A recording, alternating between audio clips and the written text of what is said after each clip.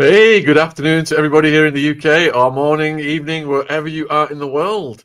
And we are honored. You may have seen my friend here on Piers Morgan this week after appearing at the Diddy trial. And he absolutely navigated the week with finesse. It was a minefield. I mean, the scenarios that were described were just absolutely breathtaking. But Sharay here, aka the Punisher, just was very respectful, was very polite, was very authentic, and he absolutely just resonated. Such a likable person. So, I reached out and he's agreed to come on. His links are in the description box. He's got a book out. We will get to the book. That's a fascinating subject as well, about problems that men are going through, especially of the reproductive nature. And his Instagram is down there as well. So firstly, huge thank you for coming on. Oh, my pleasure, man. I thank you for the opportunity. I'm looking forward to it. Yeah, and the other interviews you've done, they've just gone straight for the salacious stuff, the Diddy stuff. On this channel, we like to set the table a bit and get to know you a bit. Invest in who you are. So if we could go back to just find out, what was it like for you growing up? What were you like as a kid? Man, typical. I had a young mother. So I grew up in a household with more like my grandparents as the parent figure, and they had a bunch of uncles. So it was a big family.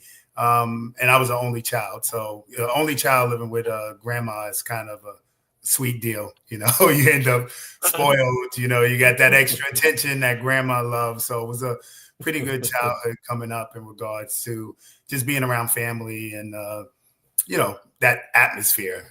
It was a good experience. And was all this in New York? Yes, I grew up in Harlem, New York City. Born and raised. I just moved from there recently, but I'm definitely a Harlem, New York City native. Yeah, I lived in America for 17 years, in Arizona, actually. So, I got very familiar with Americans. And I moved there as a young person after I finished university. And I ended up in a bit of trouble throwing raves and getting involved in ecstasy. So that's my backstory. Nice journey. That's my backstory in a nutshell. So all right, so you're growing up in New York then. So what were you like in school?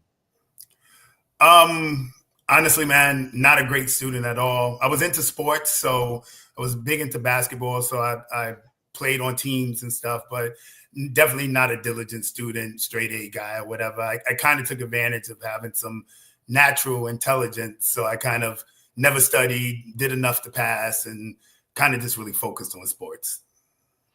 So in school then, did you used to have dreams about, what I'm going to do when I grow up, that kind of thing? After the hoop dream, of course, is the NBA. Everybody thinks they have a chance to a certain point. And honestly, when I came out of school, I went to college to be a teacher.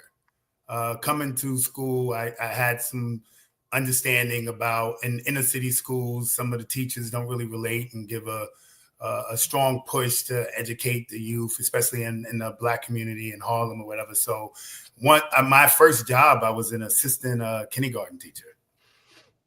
Oh, wow. Congratulations. We've interviewed a lot of people who've, grown up, and there's been a lot of drug gangs and stuff in their neighborhood, and there's been a lot of pressure and danger. Did you find you had to avoid pressure like that? Absolutely. Growing up in the late 80s and the 90s in Harlem, it was the heart of the crack epidemic. So it was very dangerous, very violent. It was normal to hear gunshots every night. It was normal to hear of young people either going to jail or murdered. And it was routine. It's obvious when you asked me earlier about my childhood, I speak to it glowingly from a family perspective, but it was such a dangerous environment that it became the norm. It was not a safe place. I just think I had a safe haven because I was really heavy into sports and I stayed on the basketball court. So it kept me out of trouble. Was there any situations where, you thought you might be in danger, or any scrapes that you got out of? Yeah, absolutely, man. I have a scar on my neck here from being just at a house party at 16 years old, and I come outside, and it's guys from a viral street, and they get into an altercation with a friend of mine, and I get caught in the middle, and I ended up with a gash on my neck that could have, from what I understand, was centimeters from my jugular vein. So it was a rough area. You know, in the hospital 10 days. 10 inner, 10 outer stitches. And, but like I said, it was so violent, and that type of atmosphere was so normal. Growing up in it, it was expected. I didn't, So when till I became an adult and removed from the scenario, I didn't really realize how toxic it was. So when that incident happened, then did you just go back to accepting this is the neighborhood, this is how it is, or did you have anxiety? Actually, I went more dysfunctional, believe it or not. You know, you're in that 16, 17-year-old young man, testosterone type of ego trip. So my thought process then was like, well, look, I survived this, nothing happened. And it was kind of like a badge of, I guess I'm tougher, you know, look what happened to me. What's the chance of this happening again? And it kind of had some type of weird tough guy scenario that it put over me, but I was not a tough guy. You know, it's just, I'm glad that passed soon. But yeah, it didn't give me anxiety. It didn't give me fear. It was like a badge of honor. Like, look at my scar, like amongst the friends. Like, look, I was basically stabbed and I survived it, you know, like I'm tough. So. Wow. Yeah, I arrived in Arizona in 91, and it was like 18th Street gang and 7th Street and Fifth Avenue, all these different like street gangs. And then they had the Bloods and the Crips out in LA. How was it? How were the gangs where you were at? How was that organized? So the gangs with me growing up had not yet really made it to New York City.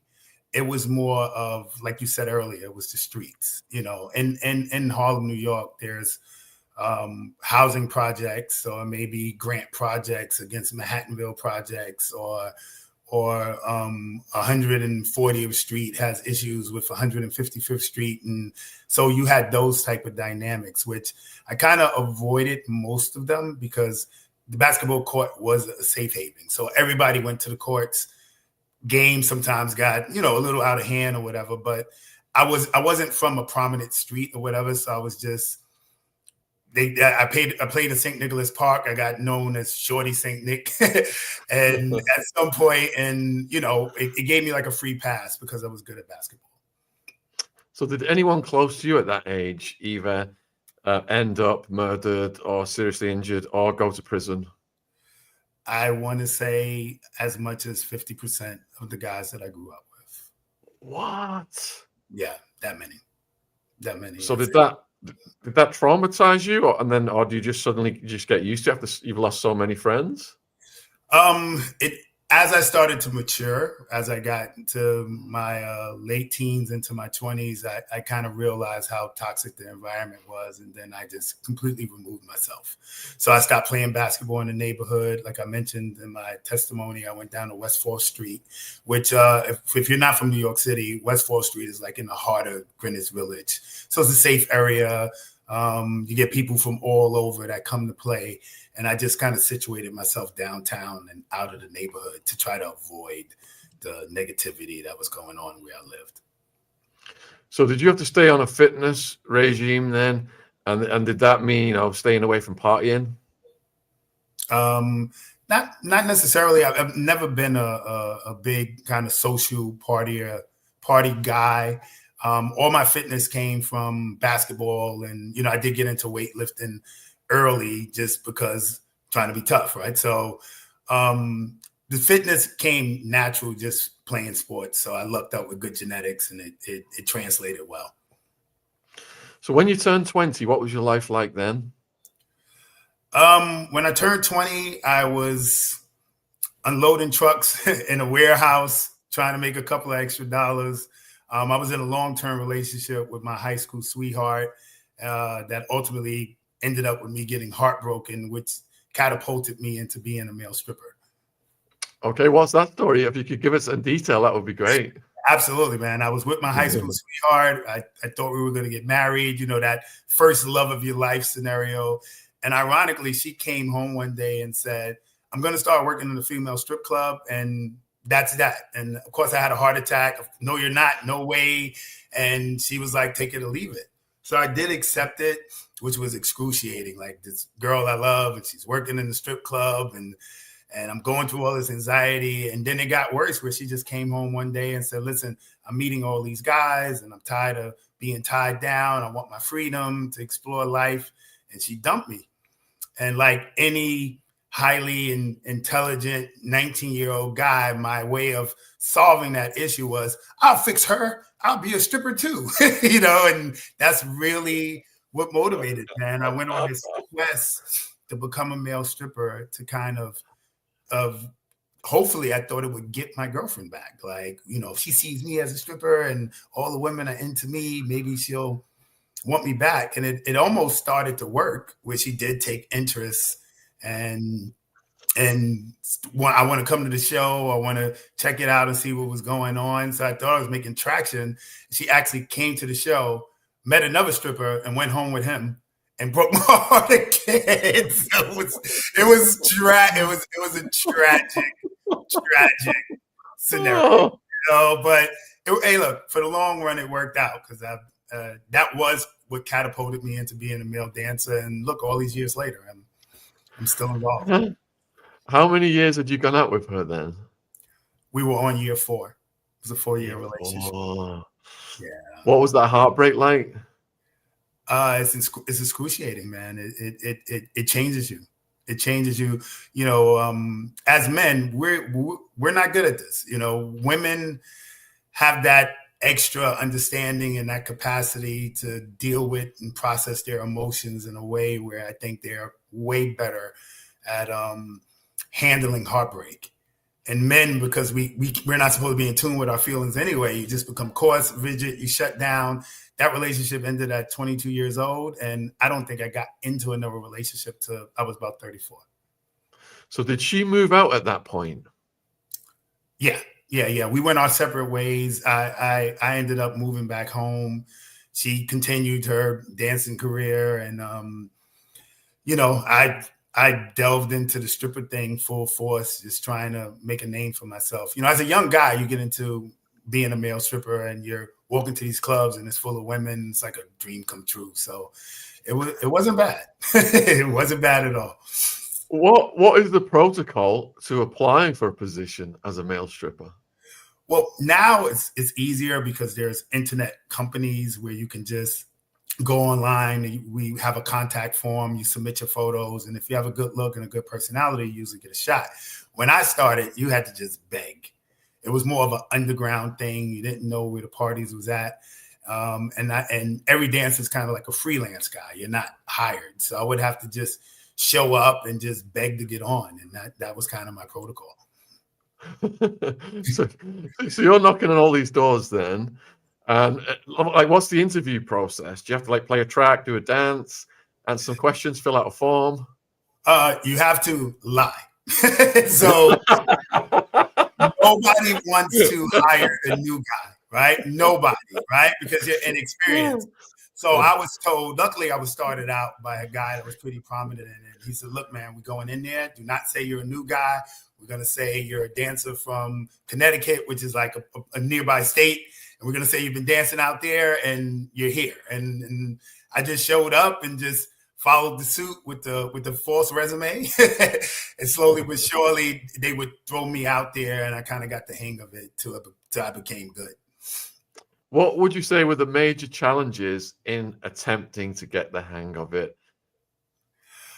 So the major challenges truly is, as a man, a straight man anyway, we have no idea what is really sexy and appealing to women. We just kind of throw in a song and just do whatever, and what the most challenging part is realizing and getting an understanding what women view as sexy, what women view as attractive. As a guy, you say, I got muscles.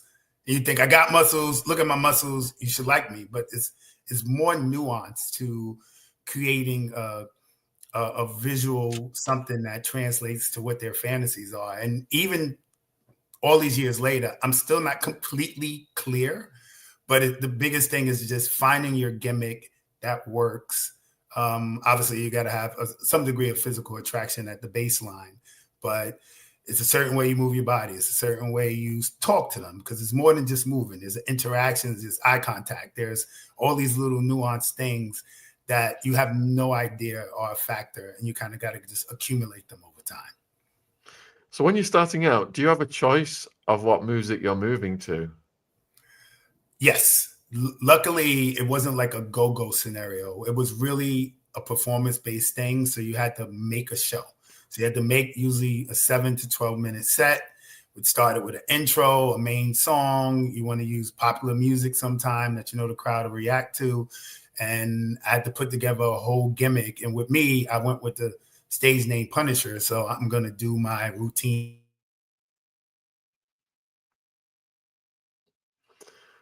Oops, I think your internet's frozen. Sharay, can you hear me still?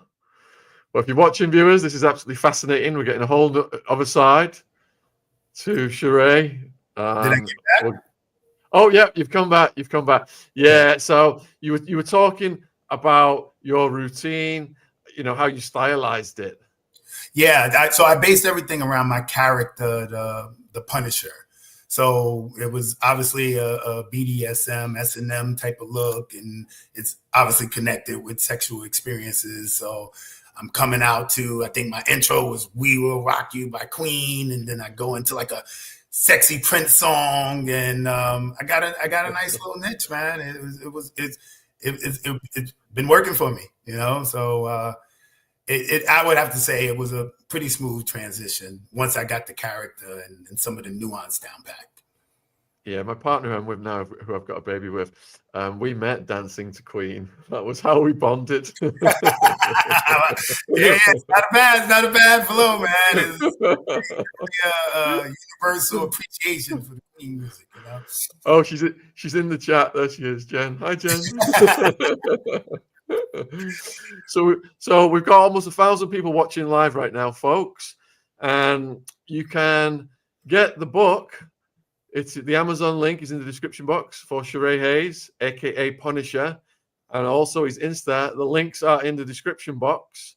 Also, his website is down there as well, and we are getting the full story of his life. This is absolutely fascinating here. What, you know, everything that led to what you guys have heard this week. All right, so you're starting out. You're in your 20s, and you said you're trying to like figure out what women like.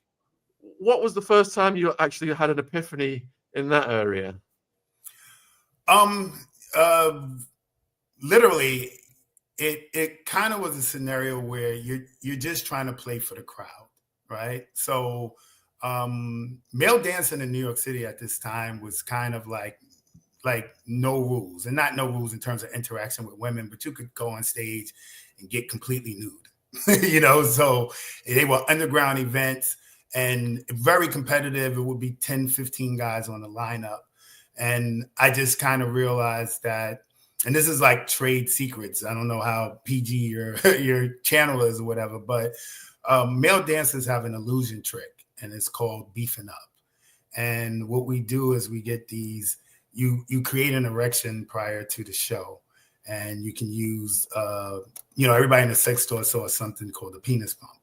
And I'm letting you know these things work. You know, if you use this thing, you put it on for a period of time, not only will it give you an erection, but it will swell up your manhood to like twice the size. I'm talking about a hot dog to a sausage, you know, like instantly. I'm talking about 20 minutes later. So the big gimmick with me coming up was I ended up buying one of these things, which made my size tremendously bigger. And then you get equivalent of a cock ring. So you create an erection, you put it on the base, and now you're walking around with this hoagie, you know, and this became like an attraction, you know. So then you put on these flyers and stuff, all these outrageous things. 12 and a half inches. And, you know, it sounds cringy and crude, but at that time, that was a draw, right? There was women coming like, no way, it can't be that size. And, you know, already got this name, The Punisher. And you wear these kind of like G-string, these handmade G-strings that hang down halfway down your thigh, and they have tassels on them. And women is like, no way, you know, and you go out and you do a sexy routine or whatever. And at the end of the routine, you could go all nude. And it really made it look like you had some sort of Guinness Book of World Record a penis, and word would travel. Oh my God, you see the guy Punisher with the humongous, you know. So it so in my 20s, having that gimmick and that reputation was pretty cool, you know. A little challenging when I got the girl home and the swelling went down, and she's like, "What happened to the?" You know? But for the appearance of the show, it worked good. Put a lot of pressure on me after the fact, but the illusion was fantastic. The illusion was great. How can I can't even speak, man. You're killing me. I'm Sky. Honest interview, you know. I'll give you the trade secrets, you know. I won't be trying that at home, Jen. Sky has sent a question in. Is a hugely expanded appendage difficult to contain while dancing? Well, the truth of the matter is, you don't want it to contain it. You want it to sway, you know, almost like a hypnotist, right? I want it to sway, and I want the crowd to be like they're in a tennis match, right? They go side to side, like this thing is amazing, you know. So I am not trying to. The more it is not contained is the goal, right? We're not trying to contain anything. I want to give whiplash with the motion. You know, you put on fast music, you kind of like sway it back and forth, and then the crowd's like, oh my God, that thing real? And you know, that's the goal. Is there such a move as the helicopter? Dude, listen, absolutely. Absolutely. That was for the grand finale, you know? I got a question from Jillian. Did you use elastic bands on your bits before a show? Yeah, that's what I described. You know, you would use elastic. Me personally, I would get the elastic and I would get it cloth sewed around it. And that's what I would use for a cock ring. You're actually right on point, because the cock rings themselves, to keep it, you know, I'm out dancing, I'm not aroused. So you really have to cut off the circulation to keep your erection. So you're absolutely right. There were elastic bands wrapped in material. I'll tie it on the base, and, you know, then I'm salute 30 minutes straight. Next viewer question. Did any of the audience members get too enthusiastic with you? Yes. And I didn't think this was a real thing, but at times doing the show, and like I said, I would have this grand finale where I kind of like slowly pull it out and point it to the star and the stars or whatever. And women would literally jump out of their chairs and rush the stage and start throwing money on it. And you'll feel some hands coming out trying to grab it. And honestly, man, for a young guy, like an ego trip, being surrounded by women, like, holy crap, it was euphoric. Like, to, you know, obviously we have big stars in this world and they get on stage in front of millions of people. And I'm sure that feels crazy performing in audiences and arenas and stuff. But I got my experience like that. Maybe it was only a couple of hundred ladies, but listen, it was a big deal for me growing up. It was awesome. So there's like a cliche, an old adage that says, you know, that men like to see the shapes and they're visually stimulated, but women, they want the mind stimulated. They don't want to see all these dick pics and things like that. Are you saying that there's a variety of people out there? Let's just phrase it like that.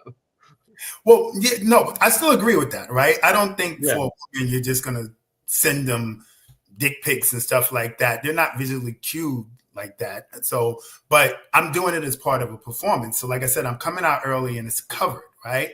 It's all this hype on the flyer. Come see this 12.5 inches. So it's like, is it real? Then I come out in this exaggerated sock with tassels and they're doing the tennis match. Like, is this thing real? And I was fortunate enough that I could do a great routine, a sexy dance, and I'm not walking around nude. It's like a peak, right? So it culminates to this grand finale of the show, and I may stand on a chair on the stage, so I'm up in the air, and then I'm slowly pulling, and then comes out the lifesaver, and it's like, oh my God, it's real. And then I put it right back away because it's a tease, right? The key to it is strip tease. But that tease and that acknowledgement is like, holy crap. And it would create like a great scene at the end of it. So it was really the presentation and the build up to the climax that would get the response. I think if I just walked out with naked with it swinging, it's completely different. You have to be theatrical with your penis placement. You know what I'm saying? You got perfect time. Did theatrical include various costumes? So yeah, my costume was consistent to actually the photo that they've been using of me in the trial with the mask and the leather and stuff. That's how I performed. That picture was actually taken of me walking to the stage at an event. Okay, you got a question here, reviewer. What was the weirdest interaction you ever had while performing? So most of the stuff is typical in terms of just actual performing. This is going to sound like a funny story, an odd story, but one of the weirdest interactions I had was I went to a bachelorette party, and I would always tell everybody, if there's a room full of women, I'll say, put the bachelorette facing me as I walk in the room, and everybody else sit on the sides. And so I walk out to perform, and I have a mask on, so I can't see my peripherals. And I'm dancing in front of the bachelorette, and I hear all the yelling and screaming, and then the doorbell rings. And all of a sudden, it's like, I look around, and everybody left the room. It's just me and the bride. And what ended up happening was the food came. And literally, everybody at this party got up. Because it was so hungry, the food was late. Everybody in this party got up and just left the room and went to eat while I was performing. and this was early on in my career. And that was just like, man, I got to get better, because the hot wings was more impressive than me performing. and that always stuck with me, because whatever I was lacking at that point in time, my interest was lost just because the pizza came. So I always put like a chip on my shoulder, like, man, I got to be better than the slice of pepperoni. So that's what to me as far as a weird scenario while performing. So in terms of self-confidence going into this profession, then, were you quite a confident guy, and did your confidence grow? Yeah, my confidence grew as the reactions did. Coming into it, like I said, it was really spurned out of heartbreak. And I didn't have a lot of intentions of becoming great at it or doing something big. But once I got involved and I was getting a positive reaction, yeah, it kind of shot through the roof. And these clubs, my understanding is that it's, you're prohibited to actually sleep with the people who come and attend the clubs. Was that the case in the clubs you were at? No. I mean, nothing's going to go on in the club. But, when I started out, everything was freelance. So it was just like a party. The business that I run now and stuff, we encourage, obviously, no sexual or physical reaction in the club, or even if you're sent out to do a party. But there's still the ambiance of, once the show's over, if there's a genuine connection and she likes you and you like her, then obviously you guys can meet. And if it goes somewhere else, then that's just an adult choice, right? That's preference, but no sexual activity directly connected to being hired or performing at an event. It's just more a guy meets girl type of scenario. So you said it was a while, before you got into a relationship, because your heart was so broken, and you described the shock of her going into stripping and then saying, she was meeting a bunch of men. So as you were stripping yourself, did you try and meet women, date women, and form relationships? And did they have the same shocked reaction back at you, thinking, how can I date a male stripper? Yeah, it was challenging, man. I really think to this day, because I've never married and I don't have any kids, and I know for a fact that it was a byproduct of me choosing this as a profession. I met amazing women along the way, but I guess the pressure and the insecurity that comes with me going out every single week in a room full of women, and I'll be honest with you, in my youth, you feel entitled, right? You feel entitled. I'm meeting all these women. I had this dysfunctional thought process of I deserve to have my cake and eat it too. So I need to almost meet a woman that understands that I'm going to do me because I'm entitled to it, because I'm this celebrity, this inner city celebrity. And I had a terrible mindset in terms of connecting in relationships and finding a partner. So I squandered a lot of great opportunities with some amazing women. So by the time you hit 30, where was your life at? So 30, my life, I was doing very well. Like with the dancing, I'm business minded or whatever. So I saved money, I bought property, and I was kind of setting myself up for like a great future. And then I went through like a tough period of time. In my early 30s, my mom passed away. She passed away young at 47 years old. She had kidney complications, and me growing up in a macho male mind state, I didn't know how to deal with grief. And I want to say my mom, and literally 1 year later, my grandmother passed away from cancer. So these were my parental figures, and instead of mourning and dealing with it from a sensible place of just healing, I bottled it all up, and I just went on this quest of material, right? Making money and doing things financially make you feel better. And in that place of despair, I made a bunch of reckless investments and stuff like that, and kind of threw away all of the things that I built, just not dealing with grief and dealing with depression and stuff like that the right way. So it completely knocked me off my course. My heart goes out to you, man. I can't imagine. So you said you were in your early 30s when your mum passed away. How did you hear that? And was it completely unexpected? Actually, it wasn't unexpected, but I was in denial, right? My mom had been dealing with these issues since I was very young, maybe 10, 11 years old. So she went to dialysis 3 times a week.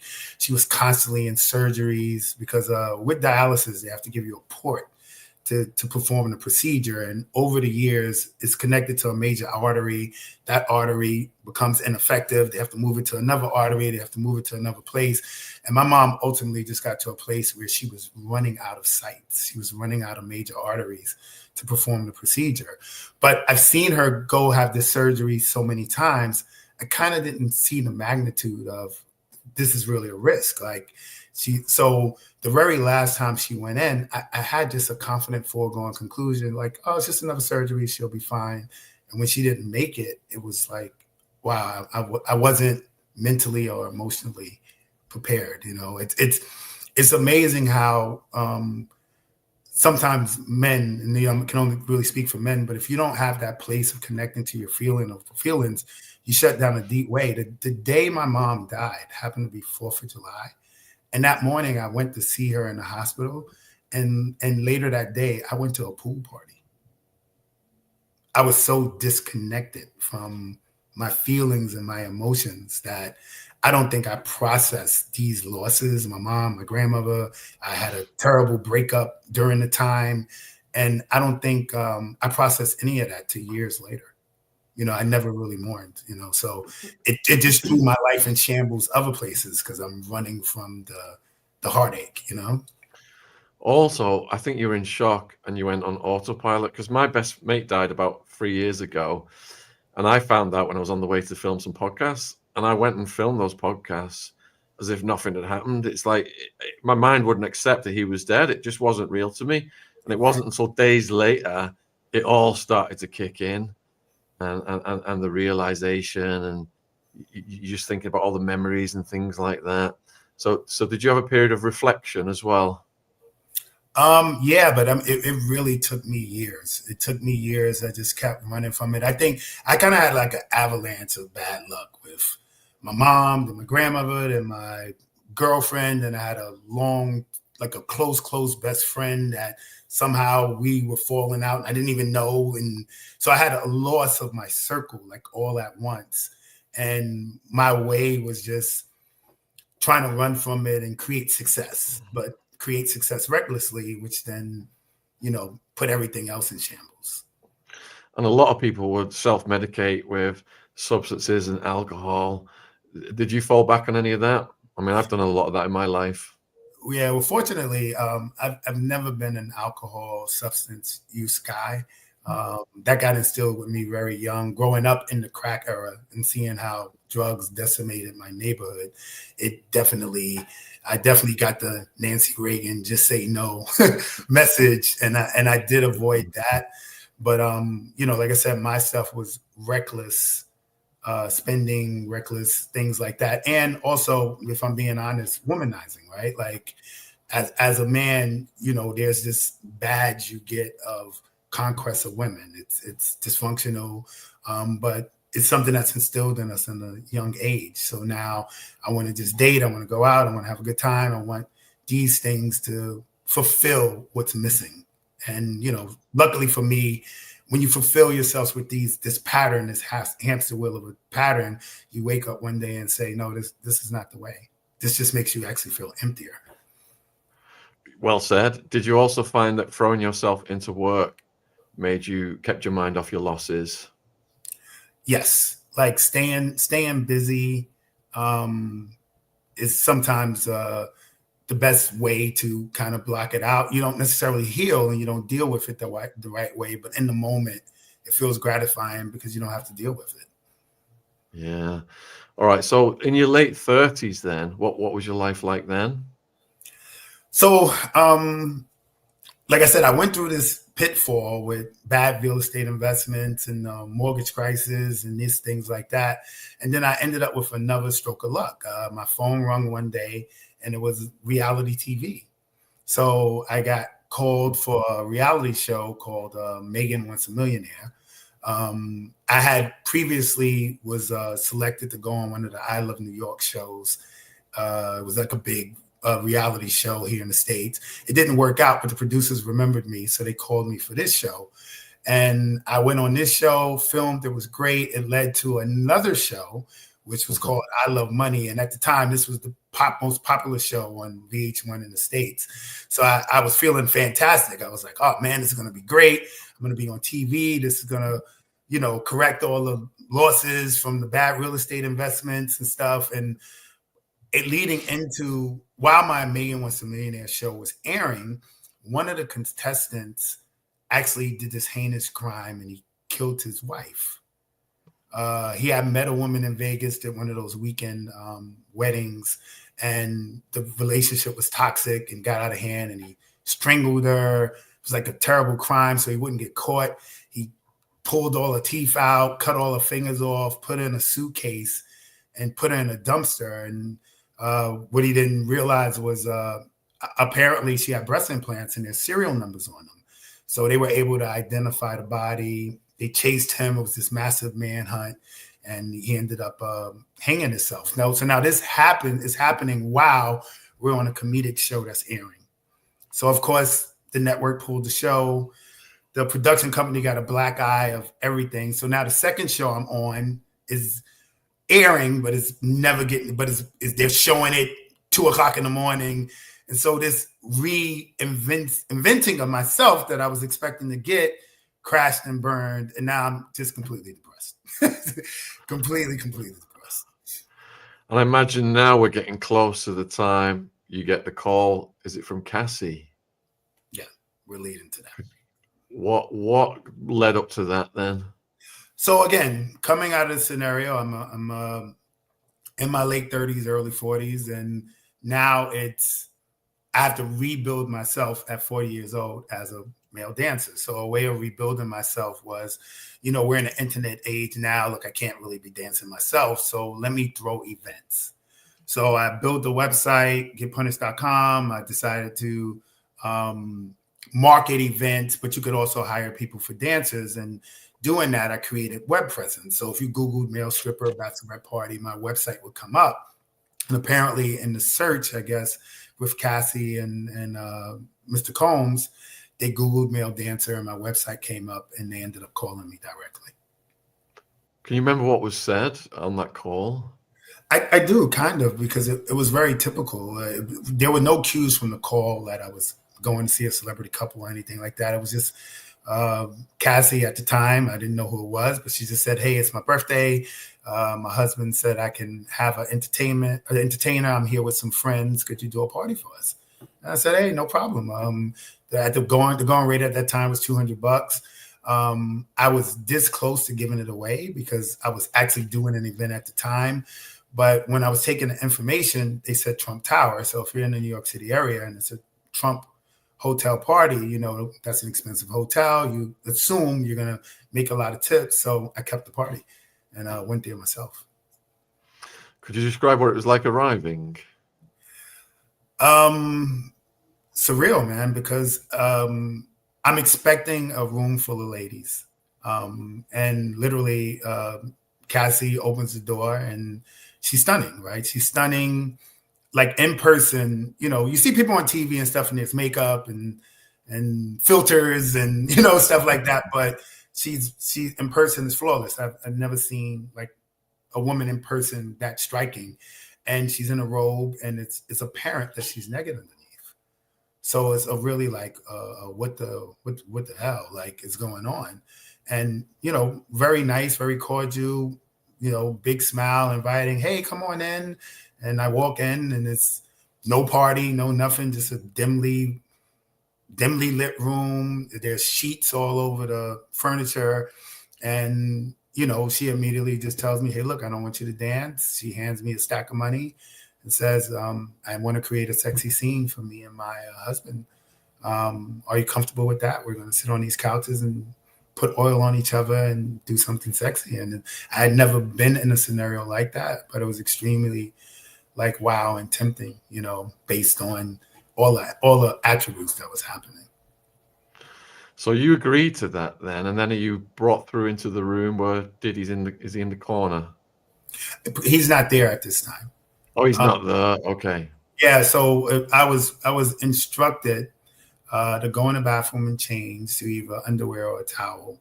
And she showed me, like, it was like a couch set up, like a long couch set adjacent to like a single chair. So I was supposed to sit on the single chair and she would be on the couch across from me and we would create the scene. And she said at some point her husband, because at this time I didn't know who they were, at this point her husband would come in, and to not acknowledge him, not to look at him, not to talk to him. We're supposed to act like he's not there and just create this warrior type of scenario. So are you intrigued but a bit apprehensive hearing all this because you've not done it before? Actually, I have anxiety. I'm scared to death. What I didn't get into earlier was some of the pressure of being this male dancer with the tennis match song, right? It created sexual pressure, right? So this sexual pressure to perform and this expectation and stuff at a very early age, I started to be dependent on Cialis and these pills. And there was nothing wrong with me physically. I just had this mental worry about being able to perform and stuff like that. So by the time we get to this party, I understand that it's sexually suggestive and it could be a scenario where it goes somewhere sexy to a physical attribute, but I'm worried, right? Because the discomfort of knowing there's going to be a husband in the room and his reaction or whatever, I could not get in the moment. So I was dealing with anxiety, thinking, hey, will I be able to get an erection? Will I be able to perform? Will this be something that I could succeed in? So I could not get into it. It was a severe place of worry, but I'm going to try to make it work because I got handed a lot of money. So it was very challenging to be in that situation. So are you saying that you'd been taking these pills and they weren't working anymore, or you didn't take the pills on that occasion? Well, no. So the pills had been working. But I didn't realize this plays into what my book is about, because my book is about my developing erectile dysfunction over a long period of time psychologically through different factors that a lot of men go through. If you have any degree of anxiety, it releases a hormone called cortisol, and cortisol restricts your blood vessels. So what ED meds do is they open your blood vessels. And so, but if you have anxiety, the cortisol closes them. I didn't realize this at this time. So I popped the pill the very first time, hoping it'll work. But the discomfort of the husband, Mr. Combs, being there created the anxiety. So the very first time I could not perform, which was fine, because the very first time it wasn't mandatory. It was create the sexy scene. I got an option of sex that I declined, right? Hey, look, I'm here for you guys. You know, that's my cover up, because I can't perform anyway, but I'm just here for you guys, and don't worry about it. Leave me out of it. But in terms of being called back, there was a clear expectation of sex, and there was always a challenge scenario for me, where sometimes I could, sometimes I couldn't, if I can just stay in the moment. So was in the early occasions then, was Diddy always disguised in the same fashion, and what was that? Yeah, his disguise was I don't know exactly what they call it. I hear burqa, I hear hijab, but it's similar to what the Muslim women wear, where their faces are completely covered and you can only see their eyes, which was a very odd scenario, because he would have that on but be completely nude. So seeing somebody completely nude with that veil on is it's not something you see every day, you know. And you're a man who's seen many things. So for you to say that, you must be thinking, wow, this is like really out there. Yeah. It was definitely a odd, weird factor for me and my experience. But again, I don't know who they actually are at this time. For whatever reason, I didn't recognize Cassie. And again, his face is completely covered, and most of the time he was across the room. And I can't look at him directly anyway, right? So I just knew, hey, look, you know, I'm charging $200 a pop. After that first occasion, I was handed $800, then an additional $1,200. So I basically made $2,000 for a baby oil massage. So it's like, hey, listen, man, and this woman's stunning, and I got to try to keep this going, because to me, it was a lucrative scenario in terms of making money easily. So despite your mental anxiety on the first occasion, then, did you manage to get control of that for the as you progressed? Yes, I did. And it would be based on momentum. So this scenario went across 2.5 years. So I could get called multiple months in between. So it could be 4 months in between seeing them and doing this type of scenario. But when I would get seen, it could be like a Friday night, a Saturday night, a Sunday night, like back to back to back. So I noticed the frequency of the back to back, I can create some calmness, but sometimes going 6 months in between and just popping back up, it would start like everything would start over. So it was just really hit or miss. Like I even would say at sometimes, like, I wonder if they're gonna keep hiring me, because one day I'm good, one day not so much, you know. But you know, obviously in terms of creating what was wanted, it did last 2.5 years. So there had to be some positive thoughts about whatever interaction I created. So after the initial occasion with the baby oil massage, did it then become a regular scenario that was just repeated each time, or did the scenarios vary? They did not. It was very routine and methodical. It always started the same, with some sort of she's on one couch, I'm on another couch. We put baby oil on each other individually. We rub it on each other. It starts as a distant mutual masturbation, which then could become some type of touching and caressing, then leading into sexual acts of intercourse and oral sex. And was the dialogue during this, or was it all done with music playing or silence? Or Yeah, so it felt like acting in terms of with me and Cassie, like we were really trying to create sexual energy.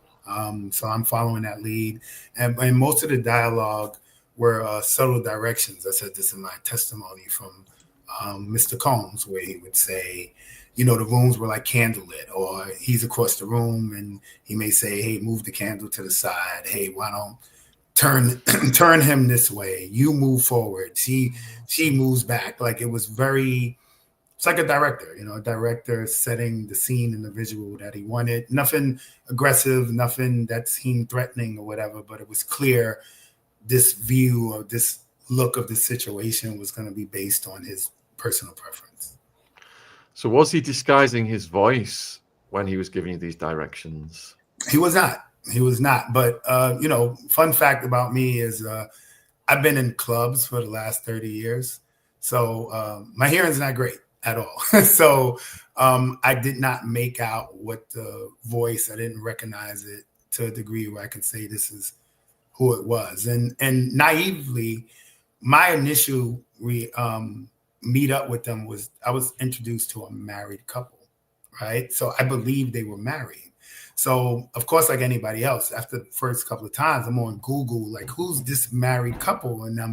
And obviously, Mr. Combs was not married. They were not married. So I'm going to draw a blank of him even being a possibility, because I think I'm looking for a married person. Yeah, it makes sense. A few people are asking about whether there was music playing. Yes, at times. At times, they would put music in the background. All the same routine sexual ambiances that we've all created with the mood, some music playing, some dim lights, some candles. That was definitely the vibe, added with a lot of baby oil. Do you remember the preferred music they chose? It was pretty much just slow, sexy R&B. Kind of like, stuff like The Weeknd and Maxwell and, these type of R&B mood setting music, So it was typical setup. Typical setup. Yeah, I remember being younger, like having a girl come over, I got to put on my favorite track,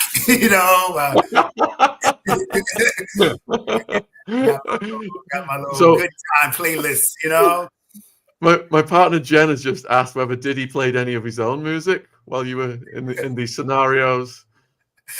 He did not. I did not hear any Diddy music at all. So once you were getting physical with Cassie, then how long did these scenarios last? How long were you present before you left? Well, I was always there multiple hours aside from the first time, but the sex itself seemed anywhere between 25 and 45 minutes. They weren't extremely long sessions. The problem is I could show up at 2 a.m. and literally they would not be ready to interact to 6 a.m. So I'm literally just waiting around till I get a cue. So I was typically there 4 or 5 hours every single time, but the actual sex acts were only 20 to 45 minutes. So Diddy sat there with his burqa. You're not supposed to be looking at him, and he's giving you directions, while you guys are getting physical. And could you tell that he was physically enjoying himself from this? Well, as I testified to, the majority of the time he's masturbating, right? He's masturbating, he's pacing back and forth. So he's pleasuring himself while watching. So that's my only cue to him enjoying himself, right? Whatever the sexual scene and stuff we're creating, he's giving directions, saying what he wants to see. There was times that I testified to where we're in the middle of an act, and this was one of the rare occasions where we moved from the living room into a bedroom, and he actually took a stack of $100 bills and he slammed it on the bed. And, we both kind of reacted startled, and she turned to him and asked him, was everything okay? And he was like, hey, look, I'm enjoying this, So I did get cues of him enjoying it through his self-pleasuring and him directly saying it at times. So that's what I would share in terms of that. So I shouldn't be asking this, but a few people have put it in the chat. It was brought up at the court about his well-hungness or not. So again, I'm not supposed to look directly at him. I'm definitely was not focused in that area. The only thing I will say, which was kind of the odd scenario to me, I already said I cannot hear well, and I could hear the masturbation from across the room, like it was it's like a flat, like I could hear it, you know. So it was very odd that you could hear like sounds of whatever stroke or movement he can do it, but there was a sound to it, and I thought that was, if you think about, if you're going to ask a question of somebody being well endowed, which again I don't know, right? But you would assume this. I know when I use that pump thing to get the hot sausage over the Frankfurter, I know the extra skin and girth or whatever could create sound, right? So wow, that's the only way I can answer that. I did not look. I did not want to look. You know, I was already having a problem with my own erection, so staring at another guy's beef was probably would not have been a good thing for me. So I can't confirm anything, but that's the most I can say to answer that question. I hope it was helpful. Yeah, you're very helpful and very honest, and we appreciate that. I'm trying to, one side of my mind is not trying to think about this, and the other side of my mind is like, you got to ask a question, you got to think about this. But to be creating that much thunder, he must have been really banging his bishop from that distance. So, all right, so you've got a question here then. While using the baby oil, did you ever feel different? Like maybe it had other mind-altering ingredients in it? I did not. You know, I felt like I was in my stable mind the entire time. I'm not a drinker. I don't smoke or use any drugs or anything like that. So I was pretty much squared.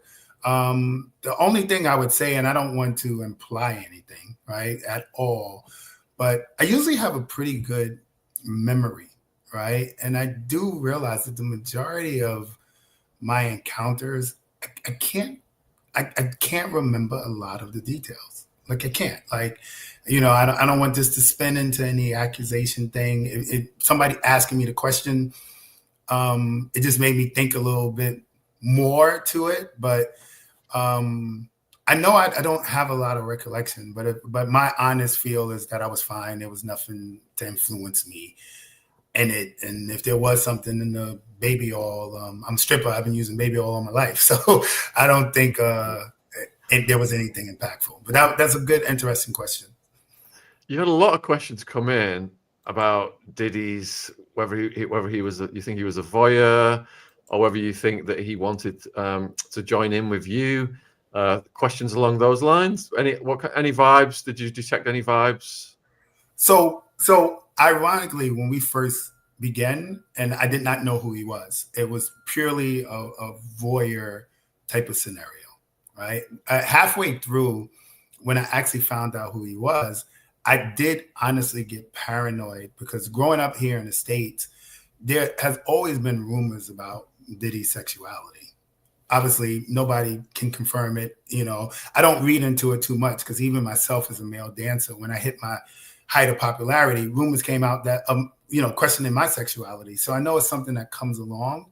But because the rumors were out there, I was actually paranoid. You know, I write about it in my book, the insert that they're publicizing that I testified to. I say that my actual experience was, because I couldn't hear, he would give instructions, and his instructions may say something like, baby, I love that position you're in, right? But my paranoid mind with my hard hearing would hear him say, I can't wait to penetrate him. And I'd be like, oh my God, you know what I'm saying? So I was having all of these crazy, deaf, paranoid interpretations. What this guy, like I literally write it like, it's so bad, because I wrote the story extremely comical in my book. And I'm like, oh man, this guy, I said no names. This guy's going to see this, you know, but I'm like joking around, like, cause like, and so I did, I went to a factor like every single time I came wondering like, oh man, like if his sexuality is in question, will he, you know, make an advance at me? And if he makes an advance at me, oh shit, like how am I going to handle this? You know, like I was definitely paranoid and worried that it could go somewhere left, but luckily it didn't. It didn't. So this is no verifying any part of Diddy's sexuality. We had no interactions, no nothing. Not one thing seemed gay or off. But because of the rumors, I was paranoid that it could go left. So several of the viewers have asked if you could just go back and let them know how you found out it was Diddy and what year was that? So this started sometime in 2012, and I believe I did not find out to 2013. It was at least a year, 15 months into me having these interactions with them. And I found out by luck. Like I told you, I would wait around for hours. And in one specific hotel, they put me in an additional room. And while I'm waiting, I just decided to cut on the TV, and the hotel had a welcome message. And the welcome message was, the Essex House would like to welcome Mr. Sean Combs. And I was like, what? You know what I'm saying? Like, no way. I felt like an idiot, right? Because I actually followed him on Instagram. I knew I'm a fan, right? And so, you know, I didn't obviously diligently look at his page, but the minute I saw his name, I was able to go. I'm his silhouette, like his complexion, you know, all of the things is adding up. And obviously now I see him in pictures with Cassie. So I'm like, dude, you're a dunce. A year later, you're just realizing who it is. But that's when the paranoid, that's when the paranoid kicked in. Because there was those questions of his sexuality. So when you met them, after now realizing who they are, how did you not manage to give them a heads up that you knew? Did you have to like restrain? Was it like acting? I played it cool, similar way, poker face. But I think very shortly after that, I think he kind of knew. I mean, I did leave the TV on. He might have went into the room, or somebody might have went in the room and saw, oh, wow, my name's on the TV. So eventually the next time he just did not have the veil on anymore, and he just had a baseball cap. So at some point I could actually see him peripheral. This entire time, I never had eye contact with him, which was odd. You know, I was asked on the Piers Morgan interview, he pointed out that literally the first time I had eye contact with him was after I testified leaving the courtroom. So that was kind of like, whoa. But yeah, I just acted normal, you know, back to your question, and kind of just went with the flow. So when he switched from the burqa to the baseball cap, did his demeanor change, or did the scenarios change? No, the scenarios stayed extremely consistent. Always, it was really a routine, methodical thing that happened every single time, as far as I'm concerned. You know, it was always baby oil leading to massages, to individual masturbation, to, you know, sexual touching, escalating to either oral and then penetrative sex. It was literally the same routine every time. You're getting asked if the encounters were videoed? So honestly, I don't know. I'd never seen a video or a camera or anything. I have heard secondhand that they do, that there was a habitual behavior to record these things. But I didn't, if I was recorded, it was done without me knowing. So, you know, we've heard the grueling testimony from CASSIE as to what she went through and the injuries and health problems she sustained. So a lot of the viewers are wondering, you know, whether there were any signs, or was Diddy loving towards CASSIE? Was he brutal towards her? Things like that. Yeah, so I didn't see a lot of their interactions. I even testified to this. When they would interact, there was like a cue during the sexual sessions. This was also kind of played into my, maintain an erection and stuff, where we could be interacting, and right in the middle, he would just stand up and walk out of the room. And she would see this and get the cue, and then kind of like, we have to stop. And she would go out and she would follow him. And then they could be out 90 seconds to 15 minutes, you know, and then she'll just come back in the room and say, hey, let's pick up where we started. And now I'm supposed to just reboot, you know, and we'll pick up where we started. And then at some point he would casually come back into the room while we're in the mode. So there was a specific interaction between them, was always in a different room, out of my presence. And so I did not see any violence, any aggression. I didn't hear anything happen from the other room. It was just something I wasn't privy to. Why do you think they left the room? Do you think they were partaking in substances and didn't want you to see that? I can't really speculate. I thought, I always just assumed they left the room for some sort of instruction. And now in hindsight, I do understand that. I did see somewhere where CASSIE said when she was done with an escort or a guy she was dealing with, they would have their own sexual play together. So I just assumed whatever they were seeing, hey, come here, I want to kiss you, I want to touch you, I want to whatever. And I assumed they were having some sort of intimate bond based on him maybe turned on from what he saw. So that was my speculation. I have no proof, but that's how I kind of viewed it. That was there some time for them to interact. So Vanessa wants to know, in your scenario with CASSIE, whether kissing was allowed? In my case, there was no kissing. And Tracy wants to know, did you ever start getting feelings for CASSIE? I did not ever start to develop romantic feelings, but I did have my own feelings of feeling special, right? When I was hired, it was told to me that I truly believed that they were a couple, and this was just a kinky type of thing that they wanted to experience. And I ended up feeling flattered, right? Because I'm thinking, I'm the only guy. This is something they're doing. One of the conversations I had with her initially after the first time was she specifically told me, hey, I'm comfortable with you.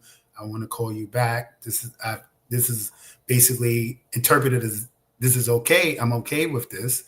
And me being the guy chosen, I'm like, wow, man, this, especially when I found out who it was. I'm like, wow, this beautiful woman, this billionaire boyfriend, this thousands and thousands of guys.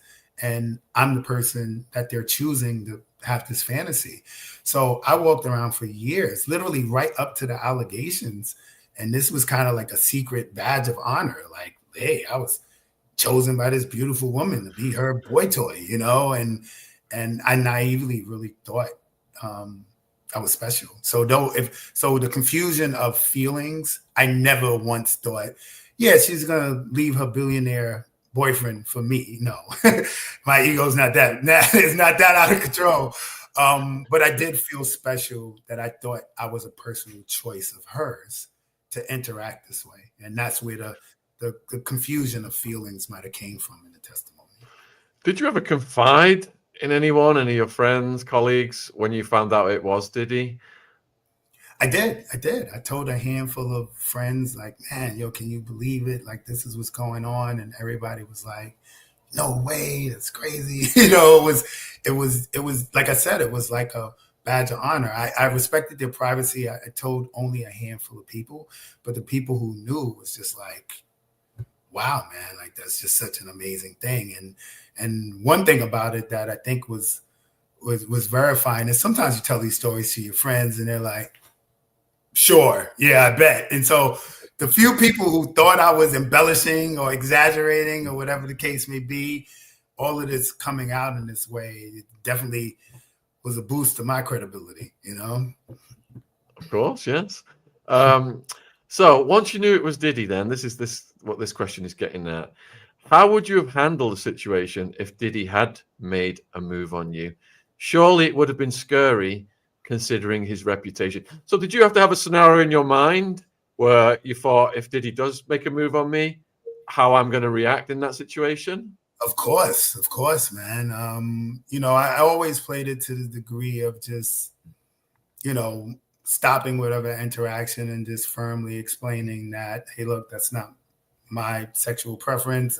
I respect whatever it is, but these are my boundaries, and if you're comfortable with them, we can proceed. And if not, this has to stop.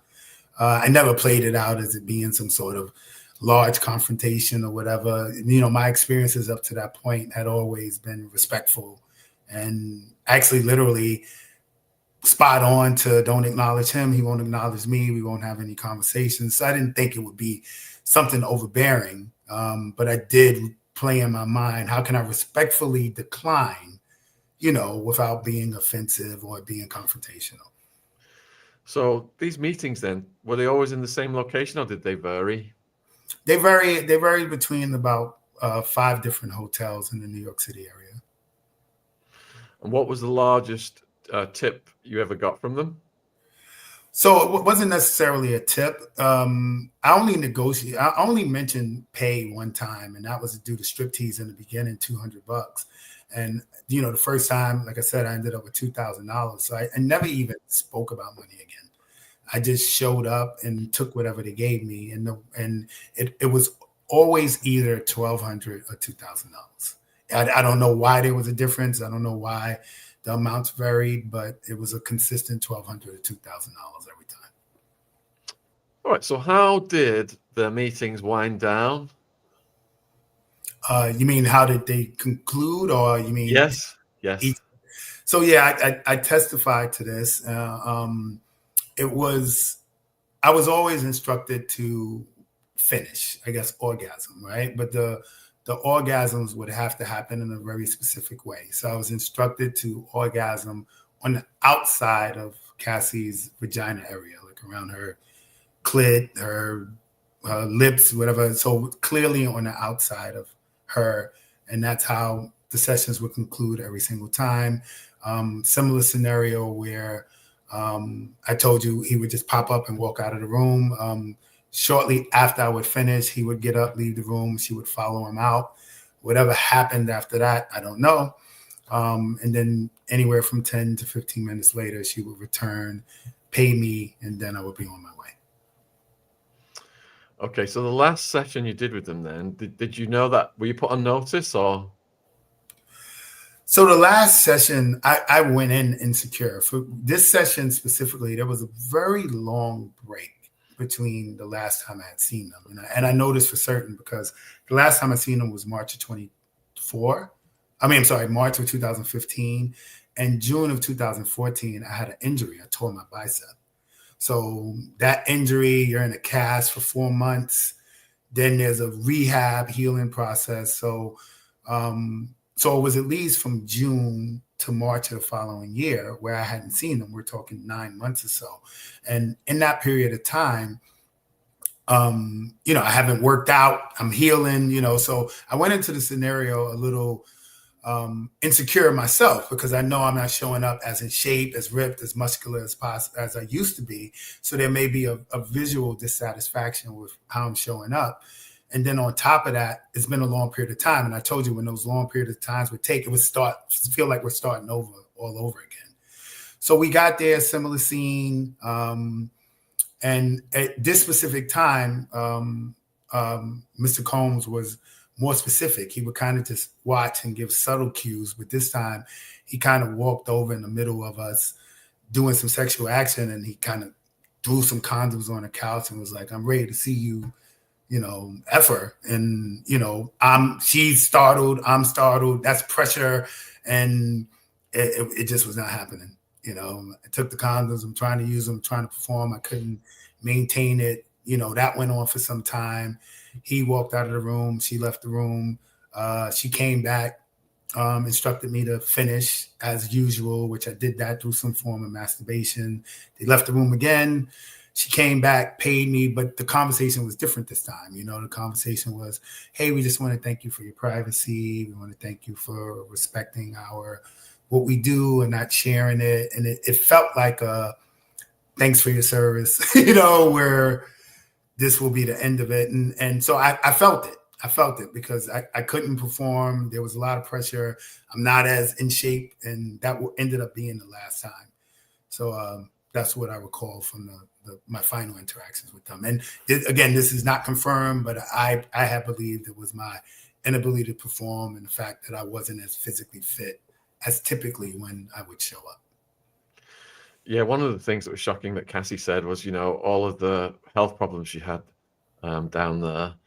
And but it sounds like when you were present, they always insisted on using condoms. That is not correct. Okay. Yeah. We use condoms maybe the first couple of times, and then it went to unprotected sex. And there would be a consistent conversation between me and Ms. Ventura where she would ask, hey, how's your sexual health? Have you been tested? I've been tested. You're good. So we did have those conversations. And again, I was in this naive place of thinking that I'm the only guy interacting. And I definitely irresponsibly, caught up in the moment, started having unprotected sex. Actually, that was probably part of the reason why I struggled the very last time, because I'm expecting an unprotected sex scenario, as any men listening with aging and dealing with erection issues, sometimes a condom can be an obstacle, with trying to perform sexually in that type of scenario. So that added to the pressure and the anxiety when it was throwing some condoms and, hey, use these. So, but the majority of this time it was unprotected sex. And so getting the tidbits of all this stuff that she went through, I'm extremely grateful that her health concerns are not something she's still carrying, and that I didn't walk away from that scenario with any long-standing health issues. So after that last meeting then, did you believe it was over, or were you still waiting for the phone to ring? It was sporadic. I can't say I definitively said that was it. I didn't walk out of there confident, but you never know. I could have got a call back, but obviously it never came. So was that disappointing then? Because were they your biggest clients? Oh, by far. And yeah, it was disappointing because, like I said, I felt special. I felt until the allegations, until all this stuff came out, I really thought, hey, look, I was this special guy, this special opportunity. Even in my book, where I write about, obviously I didn't name them in the book or whatever, but when I conclude the story, I talk about it because it was written obviously before this stuff happened. I actually framed the story as I missed out on an opportunity. I missed out on an opportunity because I didn't understand that I had this psychological anxiety that affects your ED. And maybe if I knew this, I would have performed better and I wouldn't have lost this opportunity. So I really had saw it as like a unique kind of like pinnacle thing. It was like a pinnacle to my life that I had this opportunity. So it's kind of like really mind blowing to know that it was under a completely different set of circumstances, allegedly a woman being abused and taken advantage of, which just it's kind of heartbreaking if those allegations are correct, that I contributed to that even unknowingly. So it's not a great feeling, but it was just something I had no awareness of. A few people are asking us to whether you ever had any other celebrity clients of this nature, or they referred you to any other friends or anything like that. I did not. All my other dealings have pretty much been just male dancer parties and stuff like that. I've done parties where there's been prominent celebrities there, but really just the normal strip show stuff, PG entertainment, nothing that would translate into, anything close to this sexual interaction of this magnitude, just striptease fun. Okay, so what year was the last meeting? And I'm wondering what was the gap then between all this came out in the news? Well, like I said, the last meeting was March of 2015. 15. So, yeah, so all this stuff, this stuff probably came out in the news, late 2023, maybe late 2020. When you're seeing it start to build up in the news, what are you thinking at this point? I'm just like, wow, right? Like, so my first thought process is whatever her accusations are is stuff that might have happened after we concluded. Because I'm still in this fantasy bubble that I was the only guy. So my immediate thought is, boy, things sure took a turn for the worse when I left the situation. So I'm naively not really reading into it to the degree that it actually is. And then as more details come out, I'm just like, whoa, like I'm just blown away because I was clueless. Like for somebody to be so intertwined to what was going on, I was completely blind to what the factual situation was. I really viewed it as a consenting couple just trying to do something fun and sexy out of the ordinary. And you know, for it to be all of this is just mind-blowing for me.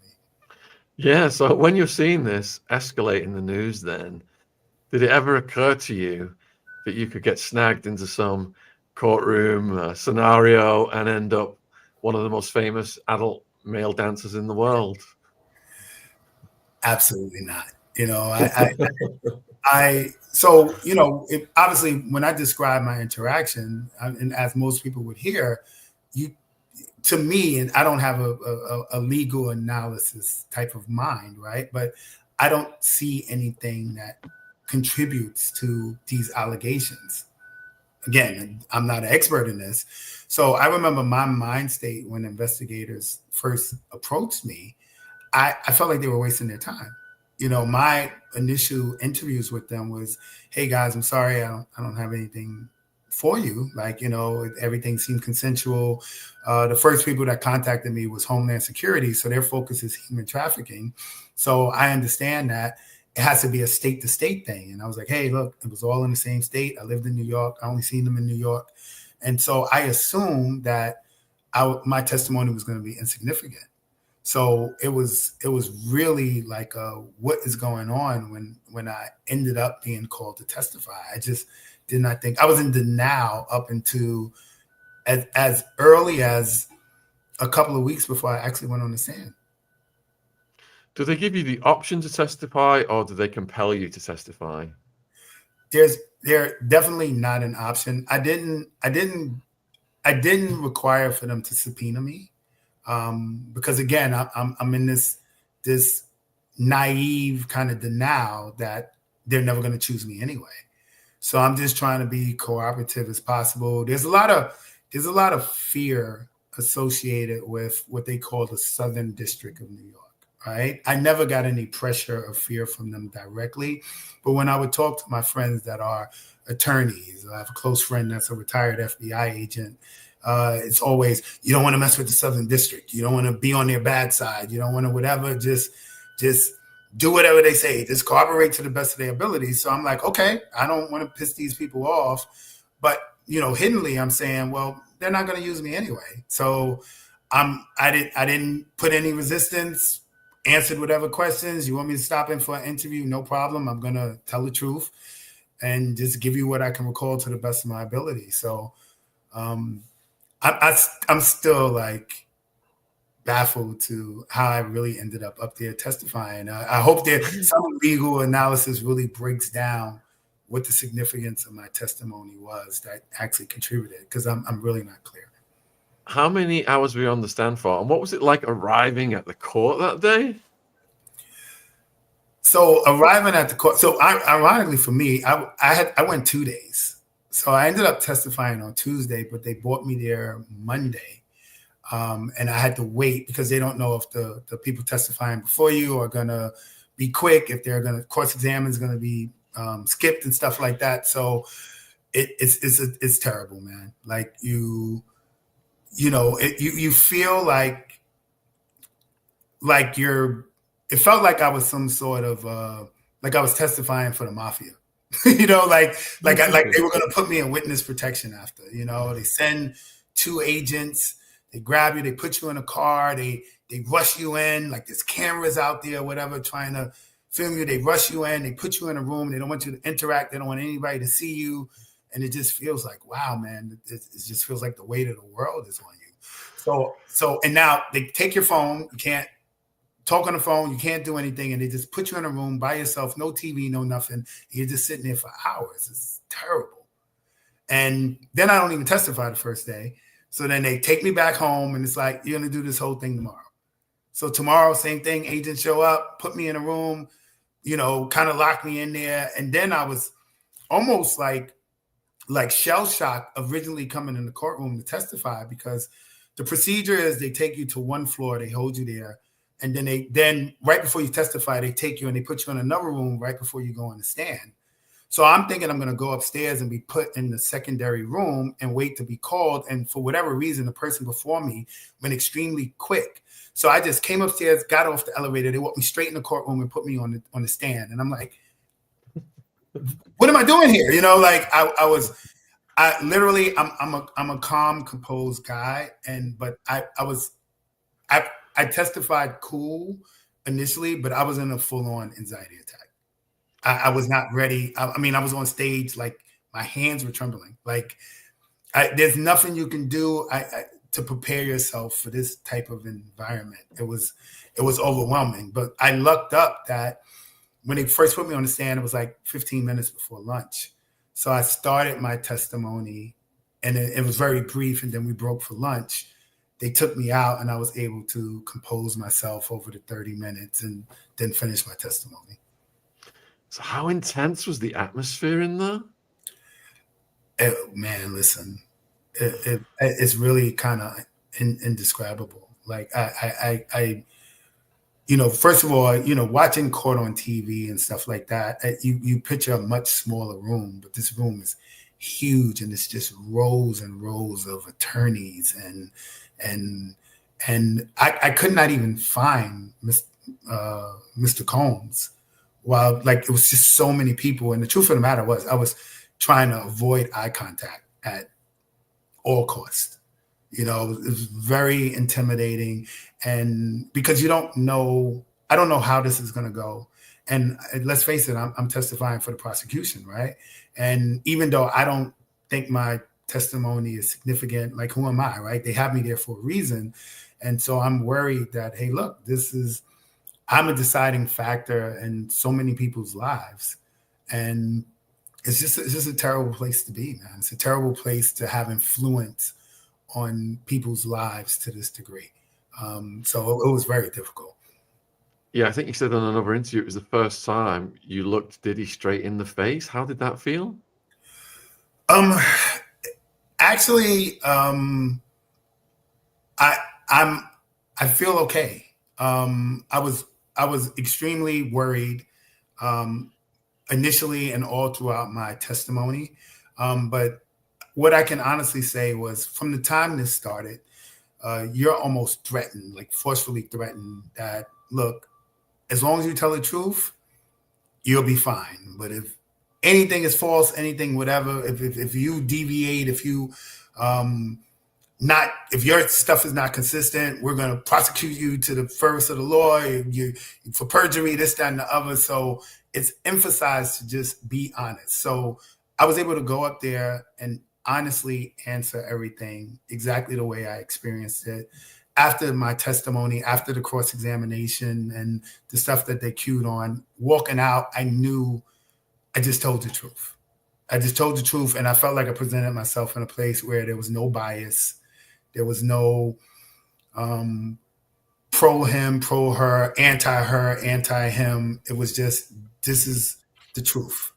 And walking out, because I did feel like I presented myself that way, I became comfortable enough to look at him, and we had direct eye contact. I didn't know what to do, so I just nodded, and he nodded back. But there was no anger in his face or anything to that degree where, my hope is and even from, people that support Ms. Ventura and all of the other victims, I just hope I'm viewed as somebody that just came up, told the truth, and I can't really go past that, right? The truth is going to always be the truth. And that's what I just tried to do. How did it feel to see Cassie again? I actually didn't. I didn't. She's not in the apparently he's real far along in the pregnancy, so she's not sitting in the courthouse. Oh yeah, of course. Did Cassie ever communicate with you about any of this? She did not. The last time I spoke to her or Mr. Combs was when that last time in 2015, where I had the interaction, and that was the last time any speaking or interaction took place between them. So what was it like then when you're coming out of the court? You've got all this stress off your shoulders now. Did you just feel completely relieved? I did. I was so happy it was over. It was kind of like the officers and the agents did a good job of avoiding me from the chaos in terms of there was just cameras and they would run up and surround you. And I don't know if you saw some of the other people leaving the courtroom. They would yell out disrespectful things to try to trigger and create some sort of, I guess, clickbait reaction. And I was lucky enough to avoid that. They were really good, getting me out, getting me into a car, and I avoided the chaos outside. So I was just happy it was over and was just trying to get home and get some sleep. But I still haven't gotten any sleep because it's a constant, right now I'm doing what I feel is damage control, and my damage control is, listen, I've been a male stripper. It's not the most glamorous title to have, but it's one I'm comfortable with. Being involved with this trial, I unfortunately went from a male stripper to a male escort. So now I'm known across the world as a male prostitute. And, obviously I indulged and I was propositioned, but this was something that I never did or promoted or made a scenario for me to make money. And it's just, those titles come with expectation and the idea of your mentality or your, maybe people think you're a douche or a bad person. So I want to thank you for just this opportunity to present myself as the real person I am. And maybe people can see past the titles and say, okay, this is just a nice guy that was maybe a little bit too much of an opportunist and just got himself into a situation. And it's not a label I carry with me for the rest of my life, is the ugly stereotypes that come along with what I do for a living. Yeah, the people in the chat, they were all on your side, man. They've just saying how down to earth and honest you are, and that just shines from you, and we salute you for that, because it's been such, the scenarios were so extreme. I think it was on Piers Morgan when he said about something being normal. And then you corrected him. I thought that was quite funny. What was that like going on Piers? I mean, I thought it was great, man. I thought it was great. I knew there was going to be some challenging questions, or people are looking for the splash, right? The splash narrative. And unfortunately, I don't have one. I don't have one. I don't have the soundbite. My story is what it is. My involvement is what it is, right? And I'm only going to tell it like it is. And like I experienced it. So, it's tricky with navigating, people trying to push you into a conversation or a statement that creates some sort of splash. But I think I've been doing a good job not stepping on the landmines, Yeah, absolutely. You're doing phenomenal. My partner just sent me a message. She said she's bought your book. You're #1 right now in men's health in the UK on Amazon. Oh, wow. And that's awesome. When did you start work on the book? So I started working on the book September 2022. It was literally after a very bad breakup.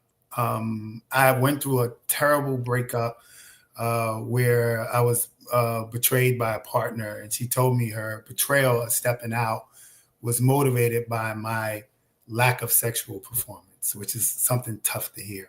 Right. And me hearing that completely, for whatever reason, psychologically or whatever, I went months. I could not get an erection. And so I went looking for ways to try to cure it. And, I found out that there was nothing physically wrong with me. It was all psychological. And then going further into looking into it, 50% of ED cases are mental. and there's men walking around just with anxiety, just with shame, just with low confidence, struggling sexually and trying to cure their mental issue with physical fixes, popping pills, getting some of these crazy procedures that's supposed to create circulation and stuff. And we're really being taken advantage of, right? Because, ED is a place of shame, and it was so bad for me that to correct my mental issue, I went as far as getting a penis implant, which is a drastic measure. And I don't regret it, but it just shows that when you're struggling in this place of sexuality and men, there's no place for us to discuss it. It's hard to talk to anybody. It's just so much shame. There's no tools or resources, and you can end up doing drastic things to fix it or just give up on it altogether. So I decided to write this book. Almost every guy I talk to, because nobody wants to talk to it out loud, but when I'm honest about it, I get all of these, you know what? I'm struggling too. A lot of guys will confide in me. I ended up talking to my dad. He was struggling. He went and got an implant.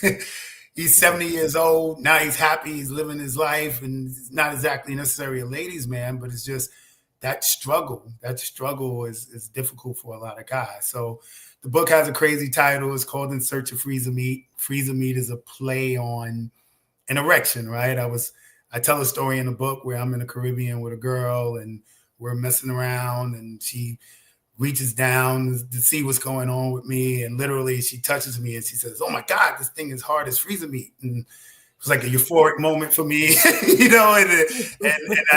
and I play into how, that being affirmed that way, right? Just getting that confidence from a woman, confirming that for the rest of that trip with her, I went from somebody who was struggling with erections to having no problems. So it's just a lot of my personal stories that lead into remedies that men can use and causes and effects to consider if there's something you're going through. And I think it's also good for women to read too, because we all know that couple that's in a sexless marriage or they stay in separate rooms, and you wonder like, wow, why are these people not intimate? And quietly as kept, you automatically think there's some sort of tension, but men and women are always going to argue and not see eye to eye. That should not mean your intimacy completely shuts down. And I do believe that there's a lot of men in these scenarios that are struggling with their sexual confidence, and they just let this situation persist because I'd rather not have sex than fail at it. So I just wanted to have a bigger discussion about how it affects us mentally and emotionally, and affects our marriages. And for men, it affects our confidence, how we feel about ourselves. And it's a lot of dysfunction in terms of how we view sexuality and our value as men. So the book just covers those type of things. Good for you, man, because not many people are prepared to go there. Michelle is wondering, how does the implant work? So it's technology is just amazing, right? Because there's, I'm currently, before the book was released, I currently have been dating and seeing whatever, and no woman has any idea.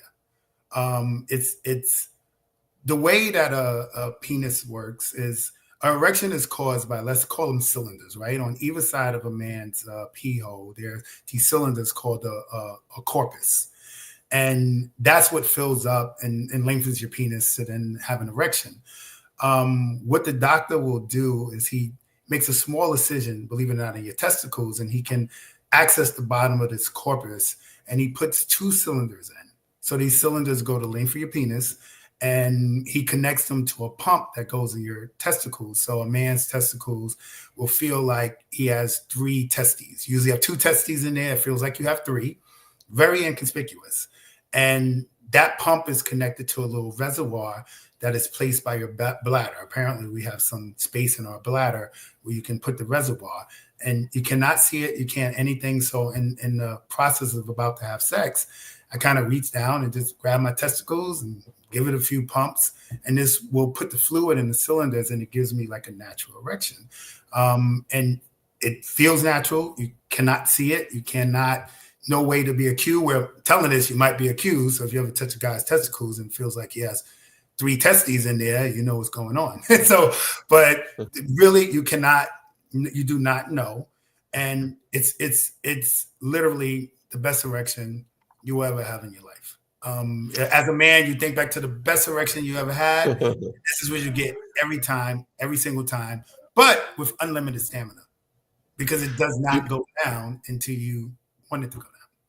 Wow, you got a few people asking what your profession is now, and if you're available to do the helicopter still. Well, my dancing days are kind of behind me, and also, you know, the story I talked about, the helicopter and going on nude, that was very, very early days where dancing was not regulated, and you were kind of in these rental halls and there was no rules. Right now, it's very cleaned up. It's down to underwear. You ain't seeing no helicopters and no lifesavers, or, you know, no tennis matches. You know, we got to clean it up. You know, it's a PG show now. Sharay, huge thank you, man. Like I said, everyone is just like loving you in the comments here, how honest you are, and how you've really just laid your life story out so everyone can see how you got into this situation, which we've not heard before. And we commend you for just handling everything so sensitively and respectfully.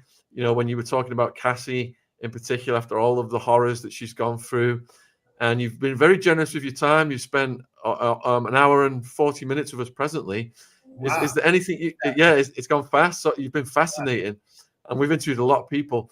Is there anything you would like to say in conclusion to the viewers? And all of Sharay's links are in the description box, folks, and I'm putting them in the live chat now. The book, the website, is Instagram. So look, I just want to say thank you to everybody, anybody who's watching, especially people who, you know, took the time to see me in a different light and have positive things to say, and even people who don't have positive things to say. I'm grateful for it all. Like, to be in this scenario and thrust into this type of popularity and limelight, it's just something you have to be grateful for. I mean, it's an unfortunate circumstance around it, but hey, listen, you know, we're all a sum of our choices, right? And I made some choices. It landed me here. It's what I'm going to have to deal with, and I'm just glad I'm able to, you know, present myself in a way where some people see me in a positive light. I'm grateful for that, and I'm grateful for the opportunity to present myself that way. And shameless plug: In Search of Freezer Meat.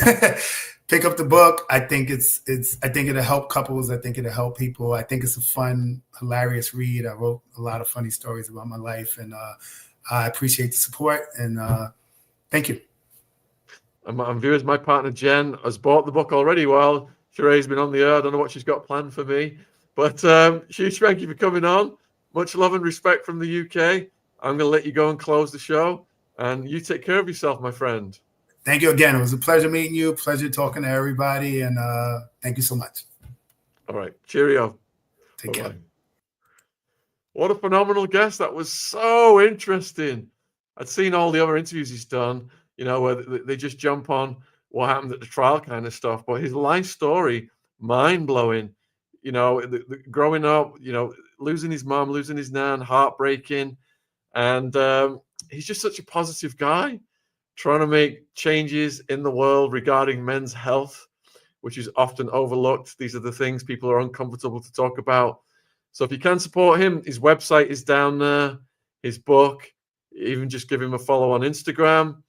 And we've got another person close to the Diddy case coming on tonight, who was on Piers Morgan, but we had him on before Piers earlier in the year, and that's Big Homie CC. So Big Homie CC, he's coming on tonight at 9 p.m. UK. Celebrity Bodyguard. He's going to be talking about protecting our own, the cabal, and global evil. Ron's coming on in 20 minutes with a story, Real Mothers, Heartbreaking Testimonies, Victoria Haig, Part 2. And then some of you may have seen Seth on Soft White Underbelly. He's a survivor, another heart-wrenching story. And we've got Seth. He's going to come on at 9 p.m. tomorrow night.